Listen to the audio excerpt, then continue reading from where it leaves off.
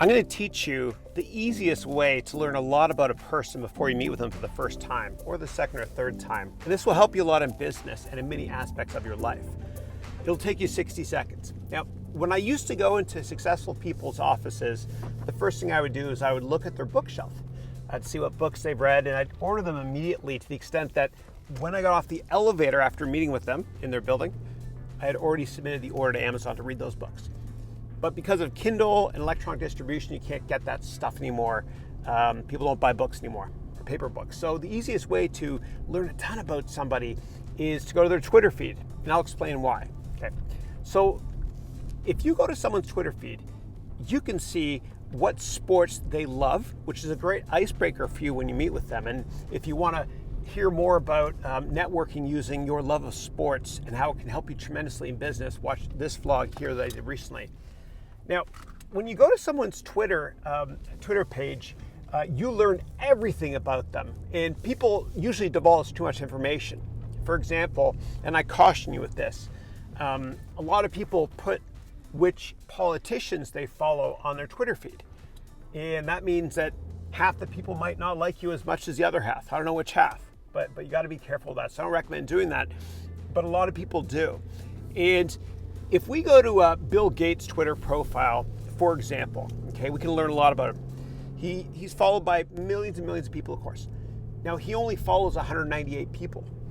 And I looked through it today, and the interesting thing is that the only non-Microsoft and non-charity type organizations that he follows are education tech companies. And the only for-profit company he follows outside of Microsoft entities is Udemy, actually, which I thought was pretty cool. It's a good vote of confidence for Udemy. But in general, before you go into a meeting with anybody, just look at their Twitter profile. You can learn what sports teams they love, what causes they're passionate about, and who influences them.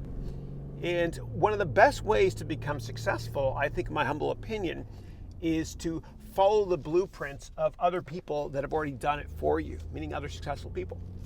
And successful people on Twitter follow other people that are very successful, that inspired them or influenced them or continue to influence them today. So find out who they follow. It's really important. And it's also great for competitive intelligence. So if you're, thank you.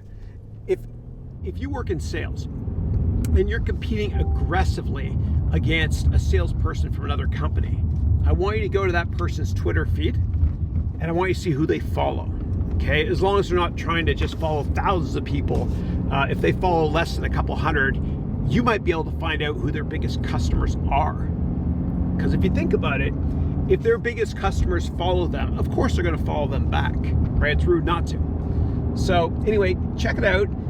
By using Twitter, you can find out a lot of good stuff about people before you have a meeting with them, which is great for icebreakers or for sales meeting, and also for competitive intelligence.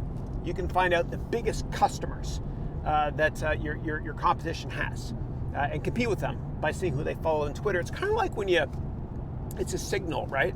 It's kind of like when you go to a website of a company that you're competing with, and you go to the jobs page and you find out what types of people they're trying to hire. That kind of gives you a good understanding in terms of what their corporate strategy might be longer term. Like Apple a couple of years ago was hiring a lot of people in the automotive software industry, and I'm sure people at Tesla wanted to hear about that, and Apple's competitors and other car companies love to hear about that as well. So the bottom line is, before you go into your next meeting with somebody that you have to make a great first impression with, and I'm not telling you to be disingenuous, but I think a good best practice is to go to Twitter and see who they follow.